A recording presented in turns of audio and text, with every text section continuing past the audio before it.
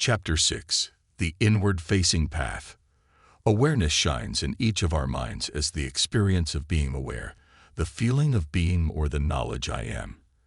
As such, the knowledge I am is awareness's awareness of itself. The knowledge I am shines briefly in our experience at the end of every thought, feeling, sensation, or perception, although it usually remains unnoticed due to its brevity, as when the screen is revealed between two frames of a movie. The knowledge I am is also present during all thinking, feeling, sensing, and perceiving, but seems to be veiled by them, just as the screen remains present during a movie but seems to be obscured by it. The knowledge I am, or awareness's knowledge of itself, is thus prior to and beyond all the finite mind's relative knowledge and experience, as well as being its ultimate reality. As such, it is absolute knowledge. In religious terms, this absolute knowledge is known as God. Thus, our knowledge of ourself is God's knowledge of Himself. It is for this reason that in the mystical Christian tradition, the resting of the mind in the heart of awareness is known as the practice of the presence of God, or the surrender of the mind to God's infinite being. The Indian sage Sri Nisargadatta Maharaj referred to it as focusing on the I am, by which he meant resting in the experience of I am, that is, simply resting in, and as our essential, unconditioned, self-aware being. The use of the word focusing in this context is a concession to the mind's normal activity of directing itself towards or focusing on objective experience. To such a mind, the teaching suggests reorienting attention towards the knowledge I am.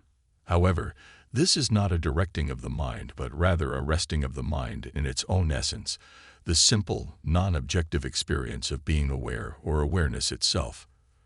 For a mind that is accustomed to directing itself exclusively towards objective experience, the experience of being aware, the feeling of being, or the knowledge I am, is a trace or a hint in the mind as to the direction in which to look for the peace and happiness for which it longs. The knowledge I am is like a small image of a screen appearing on that screen. From the standpoint of the image of the screen is part of the image. From the standpoint of the screen, it is the screen. From the point of view of the mind, the knowledge I am is an experience within the mind. From the point of view of awareness, it is awareness itself. It is this recognition that is referred to in the Sufi saying, I searched for God and found only myself. I searched for myself and found only God. Thus, the knowledge I am is the experience in which the finite mind and infinite awareness intersect. It is a beacon that shines with the presence of awareness in the midst of experience. It is a portal through which the mind passes on its journey back to its source. It is for this reason that the words, Know thyself, were carved above the entrance to the Temple of Apollo in Delphi. And it is for the same reason that Balyani said, Whoever knows their self knows their Lord. The journey that the mind takes from the objective content of its experience to its ever-present, innermost, irreducible essence is known in the Eastern traditions as meditation, and in the West as prayer. It is sometimes referred to as the inward-facing path or the path of discrimination. This is not meant to imply inwards into the body, but rather inwards, away from the objects of experience, towards the irreducible essence of the mind. In Sanskrit, it is referred to as Atma Vichara, which is often translated as self-inquiry or self-investigation. However, this can be misleading because the words inquiry and investigation in Western culture suggest a process or activity of the mind. Self-abidance or self-resting would be a better translation. Having said that, the phrases self-inquiry and self-investigation are legitimate because this process is, in most cases, initiated by a question such as, what is it that knows or is aware of my experience? Where do thoughts come from? What is the nature of the knowing with which all knowledge and experience are known? Am I aware? Or who am I? As the mind ponders these questions, it becomes progressively refined, traveling back through layers of objective experience, gradually purifying itself of all objective, limiting qualities. In this way, self-inquiry or self-investigation gradually loses its dynamism and gives way to self-abidance, self-resting, or self-remembering, in which its own essential, irreducible essence stands revealed. The word revelation comes from the Latin revelare, from re, meaning back to the original, again, or anew, and velare, meaning to cover or veil.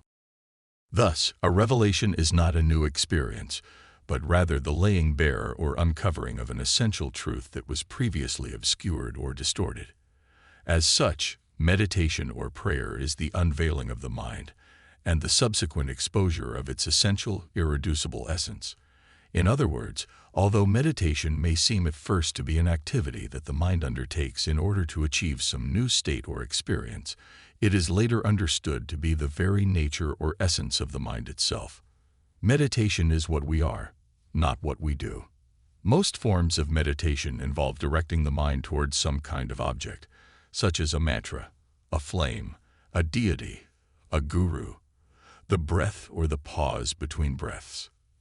In the case of conventional prayer, our love is directed away from ourself towards God, who is conceived to exist at an infinite distance from ourself.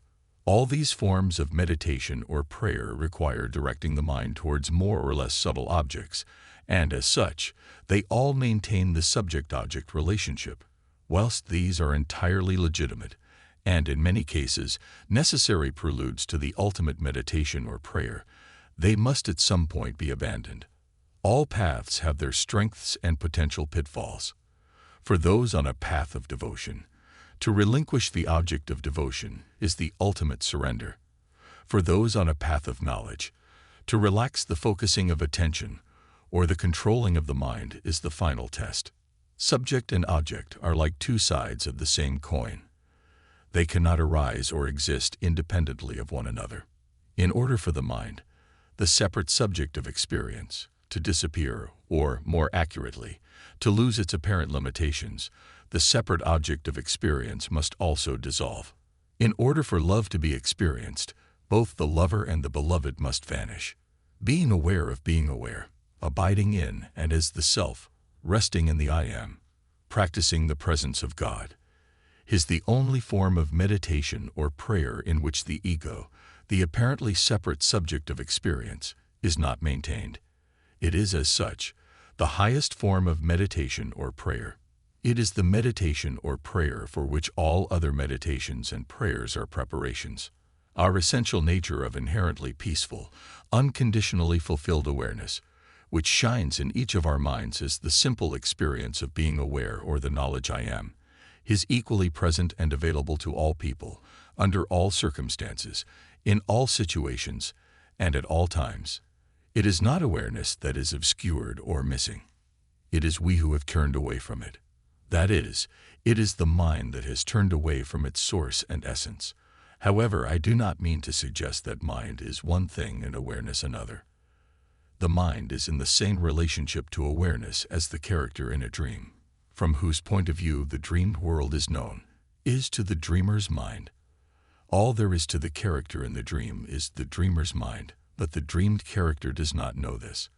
As long as the dreamed character is focused exclusively on the objective content of her experience, she will never recognize the nature of her own mind, or therefore, the reality of her world, and will never find the peace and happiness for which she longs. In order to know her own nature, she must turn her attention away from the objects of experience, towards that with which they are known. She must know the nature of the knowing with which all knowledge and experience are known. She must become aware of the experience of being aware, which is the essence of her own mind. At night, the sun doesn't disappear. It continues to shine with the same brightness.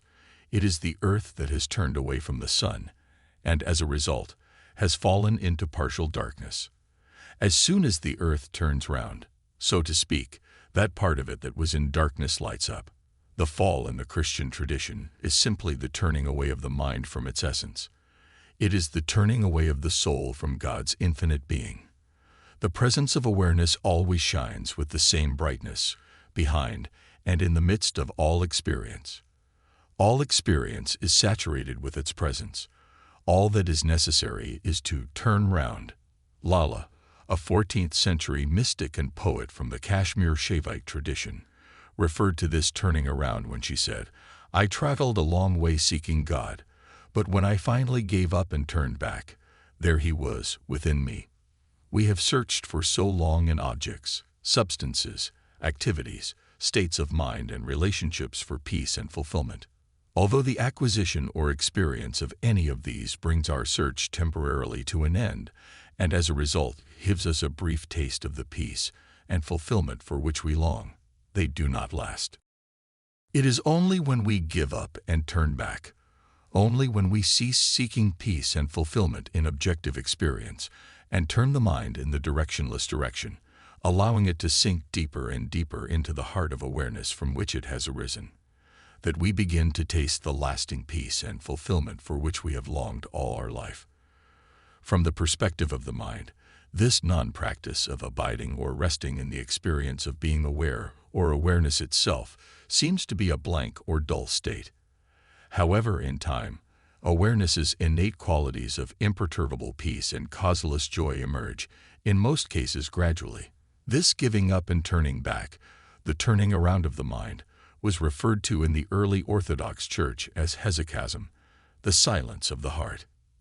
It is the remembrance to which Isaiah refers in the Old Testament when he says, "Thou wilt keep him in perfect peace whose mind is stayed on thee." It is the non-activity in which the path of knowledge and the path of love or devotion meet. It is the experience in which self-investigation and self-surrender are understood to be one and the same. Awareness is recognition of itself. Being aware of being aware is not some kind of new knowledge. It is simply the clear seeing of what was always and already the case, but seemingly obscured by the activity of thinking and perceiving. Nor is awareness's recognition of its own essential nature an extraordinary experience to which some minds have privileged access. Being aware shines equally brightly in all experience. Even a deep depression is illuminated by the light of awareness. Being aware is not buried, veiled, or hard to find. It is the very light of knowing with which all experience is known. Ramana Maharshi and the Buddha did not have special access to the nature of their own minds, nor any special qualifications. The Buddha just sat down under a tree and said to himself, "I am going to stay here until I recognize the nature of my own mind." The essential nature of his mind was exactly the same as the essential nature of each of our minds. When Ramana Maharshi was suddenly overcome by the fear of death, he lay down on the ground and simply asked himself, "What is the essential nature of myself? What cannot be removed from myself? What happens to awareness when the body dies?" In other words, he spontaneously engaged in the process of self-investigation. As a compassionate concession to people's difficulties and objections, all the great spiritual and religious traditions have enumerated various disciplines and practices to refine and prepare the mind for its eventual subsidence in its source or essence. Ramana Maharshi bypassed all these progressive means and went directly from his current experience to the essential nature of his mind, thus resurrecting the direct path for our age. This is the age of the direct path.